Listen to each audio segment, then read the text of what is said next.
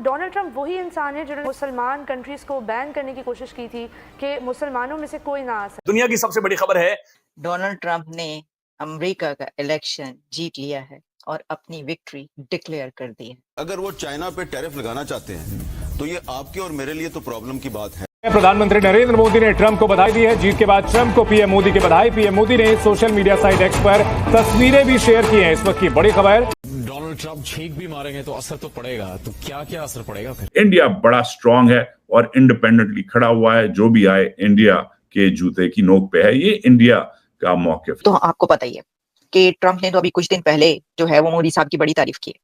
उन्होंने कहा, आपने सुना, हमने आपको उसके ऊपर प्रोग्राम भी किए और वो बड़े उनके गुण गाते रहते हैं। ट्रंप मोदी साहब के बड़े गुण गाते हैं। ट्रंप साहब जो है वो कहते हैं कि बड़ी दोस्ती है वगैरह वगैरह। तो जो भारत के रिलेशंस है ना ट्रंप के आने के बाद, तो वो तो अच्छे होंगे ही। ये भी एक अजीब सी बात है क्योंकि ट्रंप ने बहुत सारी चीजें मुसलमानों के बारे में बोली हुई है। मुस्लिम बैन किया हुआ है। साथ साथ ट्रंप ने ये भी बोला हुआ है इसराइल को कि काम खत्म करो, फिनिश द जॉब। जो फलस्तीन में तुम लोगों ने जारियत शुरू की है, बिल्कुल सफाया करो। ट्रंप अगर उन्हें कोई नहीं भी करना वो ट्वीट कर देते हैं, वो कोई भी स्टेटमेंट दे देते हैं, तो कोई भी ऐसा रिमार्क, और क्योंकि वो अमेरिकन प्रेसिडेंट का रिमार्क है, ठीक है, तो जुकाम तो या होगा। पाकिस्तान के अंदर एक डिबेट ये है कि जनाब ट्रंप अगर सदर बन गया तो हमें क्या मिलेगा, हमें क्या देगा ट्रंप, हमें क्या नहीं दे देगा। असल में मसला ये है, चूंकि हम लोग भीख मंगे हैं, चूंकि हमारे जहनों के ऊपर टोप लगाए गए हैं और हम शाहदुल्ला के चूहे हैं, हम कुएं के वो मेंढक हैं जो नीचे रहकर सिर्फ टें टें टें करते रहते हैं। डोनाल्ड ट्रंप ने अमेरिका का इलेक्शन जीत लिया है और अपनी विक्ट्री डिक्लेयर कर दी है। डोनाल्ड ट्रंप ने अपनी विक्ट्री डिक्लेयर की है, विनिंग स्पीच की है, और ये विनिंग स्पीच उन्होंने की है पेंसिल्वेनिया का इलेक्शन विन करने के बाद। मैंने आपसे कहा था कि पेंसिल्वेनिया का इलेक्शन जो जीतेगा वही प्रेसिडेंट बनेगा। तो पेंसिल्वेनिया को जीत गए हैं डोनाल्ड ट्रंप और पेंसिल्वेनिया के इलेक्टोरल वोट्स हैं 19। सिर्फ पेंसिल्वेनिया ही नहीं, डोनाल्ड ट्रंप ने क्लीन स्वीप किया है। सर क्या बात है इनकी। विवेक रामास्वामी वो उनके साथ भी खड़े हुए नजर आए थे मुझे अभी जब थे ना। तो ये विवेक रामास्वामी को आपको पता है कितना जबरदस्त स्टेट्समैन है ये बंदा। बड़ी मतलब यंग एज में इतने काबिल बंदा है ये। मतलब हो सकता है बहुत सारे लोगों को उनसे इख्तलाफ या नहीं भी पसंद होंगे। मैं कहती हूँ कि इस एज में जो उसके अंदर स्पार्क है, जैसे वो बोलता है, दैट इज अमेजिंग। तो विवेक रामास्वामी मुझे ऐसा नजर आ रहा है कि वो उनकी टीम में होंगे। अच्छा, विवेक के साथ जो है एक और भी हैं और वो हैं ये, इनका ताल्लुक भी इंडिया से है, ये है तुलसी। अब तुलसी का भी ऐसा ही नजर आ रहा है और तुलसी के साथ आप देख रहे हैं कैनेडी। तो ये भी हो सकता है नजर आए। तुलसी जो है वो, क्योंकि एक तुलसी और एक रामास्वामी, दोनों इंडिया ओरिजिन से उनका ताल्लुक, ठीक है, भारतीय नजाद है दोनों, और ये दोनों ट्रम्प की टीम में होंगे। तो बड़ी तादाद इंडियंस की ट्रम्प की टीम में नजर आएगी आपको, और बड़ी की पोस्ट पर, बड़े की डेजिग्नेशंस पर हो सकता है इंडियंस हों। और देखें, ये तो आपको पता ही है कि ट्रम्प ने तो अभी कुछ दिन पहले जो है वो मोदी साहब की बड़ी तारीफ की। उन्होंने कहा, आपने सुना, हमने आपको उसके ऊपर प्रोग्राम भी किए और वो बड़े उनके गुण गाते रहते हैं। ट्रंप मोदी साहब के बड़े गुण गाते हैं। ट्रंप साहब जो है वो कहते हैं कि बड़ी दोस्ती है वगैरह वगैरह। तो जो भारत के रिलेशंस है ना ट्रंप के आने के बाद, तो वो तो अच्छे होंगे ही होंगे। इस वक्त मुझे वैसे तो पूरी दुनिया में कई जगहों पर सेलिब्रेशन हो रही होगी जहां जहां ट्रंप के सपोर्टर हैं। एक अमेरिका जहां पर ट्रंप के सपोर्टर सेलिब्रेट कर रहे हैं, दूसरा इंडिया जहां पर ट्रंप के सपोर्टर सेलिब्रेट कर रहे हैं। उन्होंने अपनी विनिंग स्पीच में जिन इश्यूज का जिक्र किया है वो भी मैं आपके सामने रखती चलूं, और साथ साथ मैं कुछ जो वो हैं कमेंट्स वो भी आपके सामने, बजाय इसके कि मैं उन पे बात करूं, मैं साथ साथ चलाते जाती हूँ और पढ़ते जाती हूँ आप सबके कमेंट्स, ठीक है।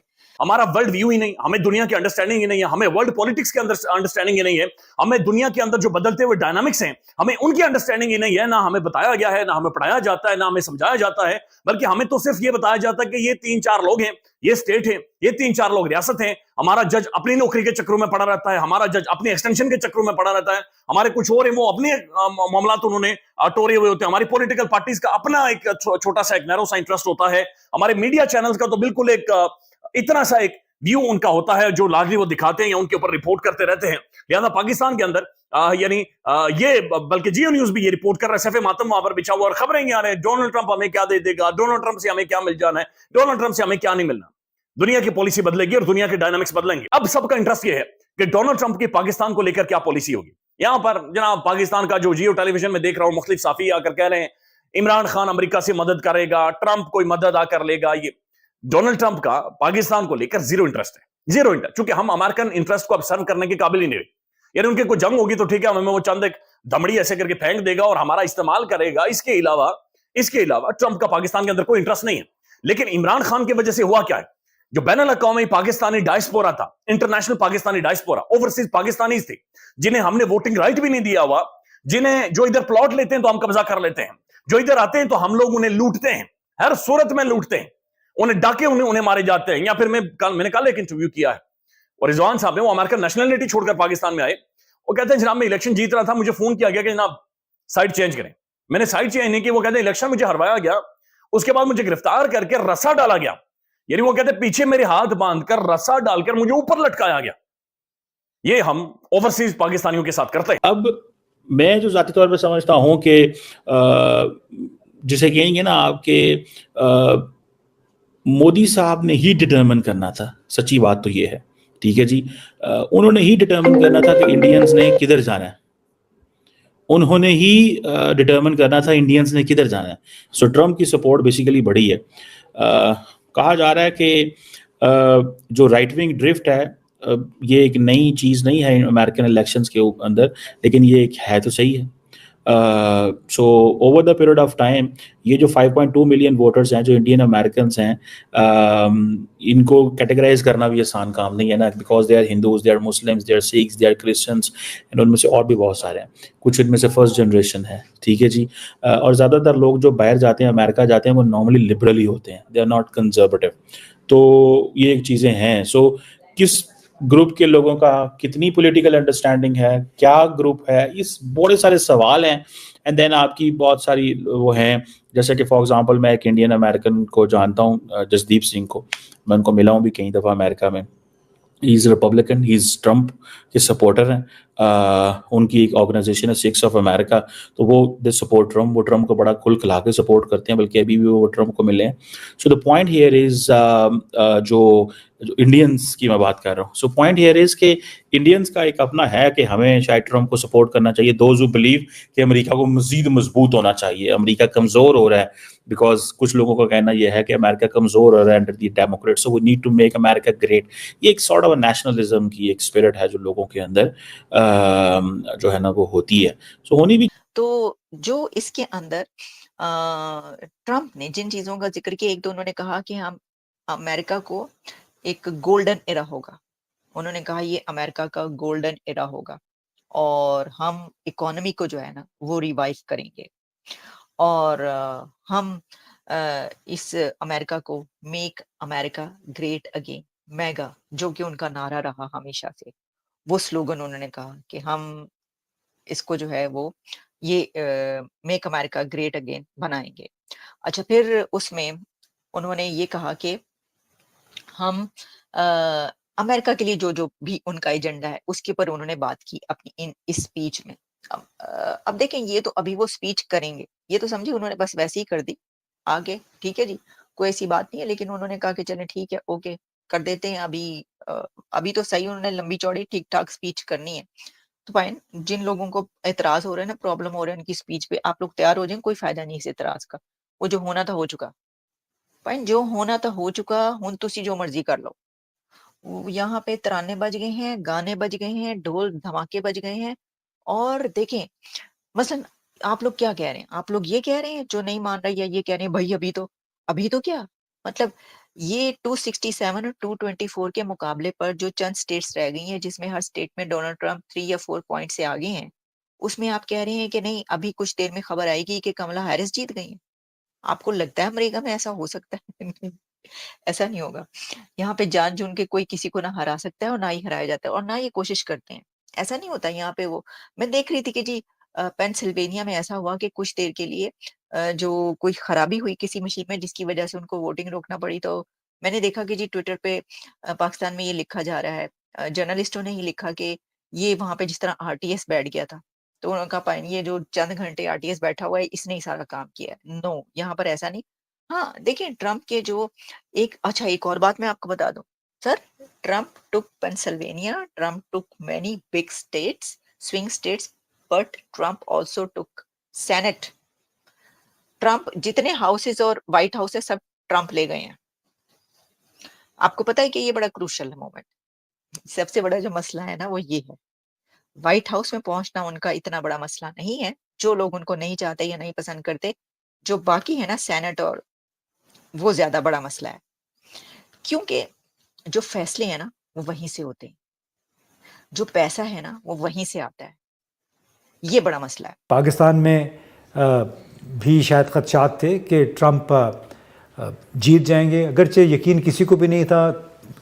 तकरीबन 100% सर्वेज वगैरह हुए, उनका यही था कि ये बड़ी करीबी नेक टू नेक फाइट होगी, कोई कुछ नहीं कह सकता था कि कौन जीतेगा। लिहाजा ऐसे लग रहा था कि पाकिस्तान के पॉलिसी साज़ों को भी बड़ी जल्दी है, और जल्दी का अंदाज़ा आपने एक नज़ारा देखा 4 नवंबर को, जब कौमी असम्बली और सेनेट में कुल 36 मिनट के अंदर 6 बिल पास किए गए, और सुबह 4-5 बजे के करीब कायम मकाम सदर यूसुफ रज़ा गिलानी ने अपने नाइट सूट में बैठे उन चारों 6 के 6 बिलों पे दस्तखत किए उन्हें कानून बनाने के लिए। और ये सिंपल वो एक्ट ऑफ पार्लियामेंट होता है, यानी सादा अक्सरियत के साथ।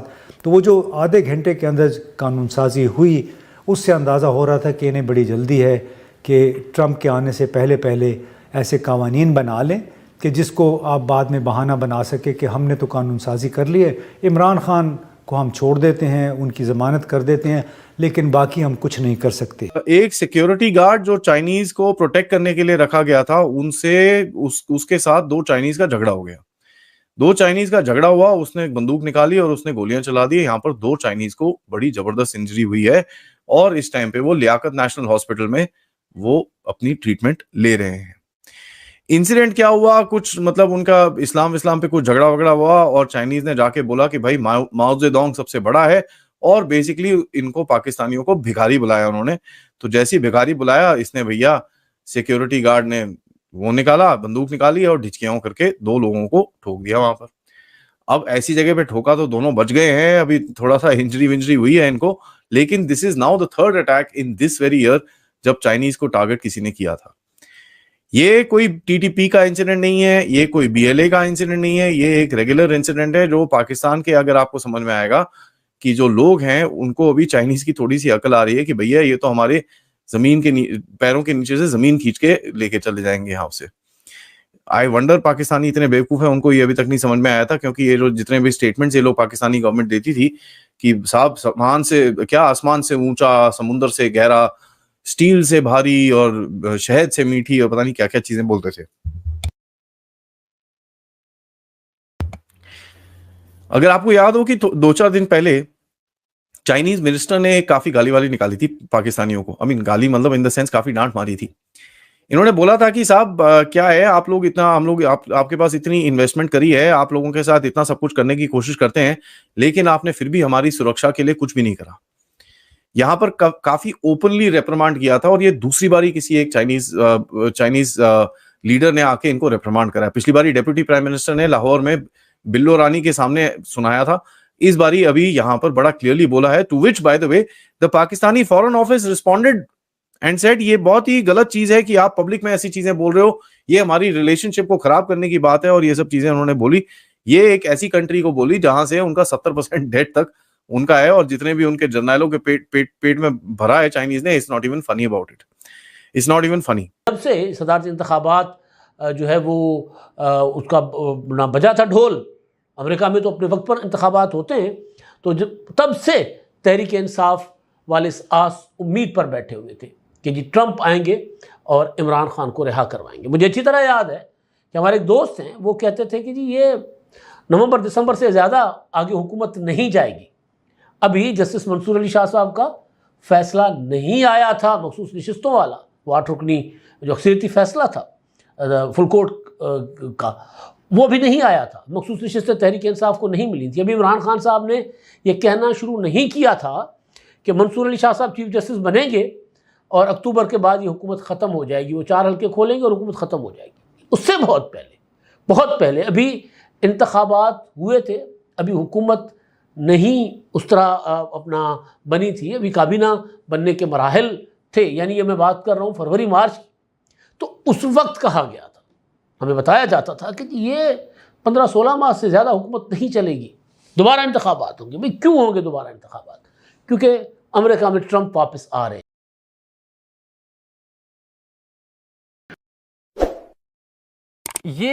ये जो एक नोशन है within PTI ranks and files, बिलखुसूस उनके चाहने वालों के यहाँ, दो कि जो उनकी अवेलेबल लीडरशिप है वो ऑन रिकॉर्ड तो इसको डिनाई करती है, और बरमला उनकी बहन ने भी कहा कि नहीं हमारा को लेना देना नहीं है। लेकिन ये फिनोमेना क्यों एग्जिस्ट करता है कि जी एज इफ अगर ट्रंप साहब आए तो perhaps there will be some relief for Imran Khan? How come? देखिए, मेरे ख्याल में ये पार्टी चंद यूट्यूबर्स की पार्टी है, वो भी अमेरिका पाकिस्तान से बाहर बैठ के डॉलर बनाने के चक्कर में है। उन्होंने कोई ना कोई खबर पकड़ के उसको वायरल करना होता है। ये मैं समझ रहा हूँ ट्रेजेडी है। आपने देखा होगा, कभी कहेंगे ये ईद पर बाहर आ जाएंगे, कभी कहेंगे ये अगले महीने वापस बाहर आ जाएंगे। तो उन्होंने लोगों को मिस इन्फॉर्मेशन देनी होती है। और मैं अफसोस के साथ कहूंगा ये एक सियासी पार्टी थी, तब्दीली का नारा था, अब वो मजहबी पार्टी बन चुकी है। मैं इस पे अफसोस करूंगा। और दूसरा सबसे बड़ा जामी साहब मुझे जो अफसोस है कि इन्होंने जितना पैसा और डॉलर एक फर्द वाहिद को प्रमोट करने के लिए लगाया है, मैंने आज तक किसी ग्रुप को नहीं देखा कि पाकिस्तान को कभी प्रमोट किया जाता। इस वक्त 3 करोड़ बच्चा स्कूलों में नहीं जा रहा है। इस वक्त जामी साहब पाकिस्तान में इस वक्त 4 करोड़ भिखारी हैं जो कि पाकिस्तान का ट्रेडमार्क बन चुके हैं। लेकिन इन लोगों को बिल्कुल कोई, मेरा मकसद है, they are not using their common sense. यहां बाहर बैठ के कागजी शेर बने हुए हैं।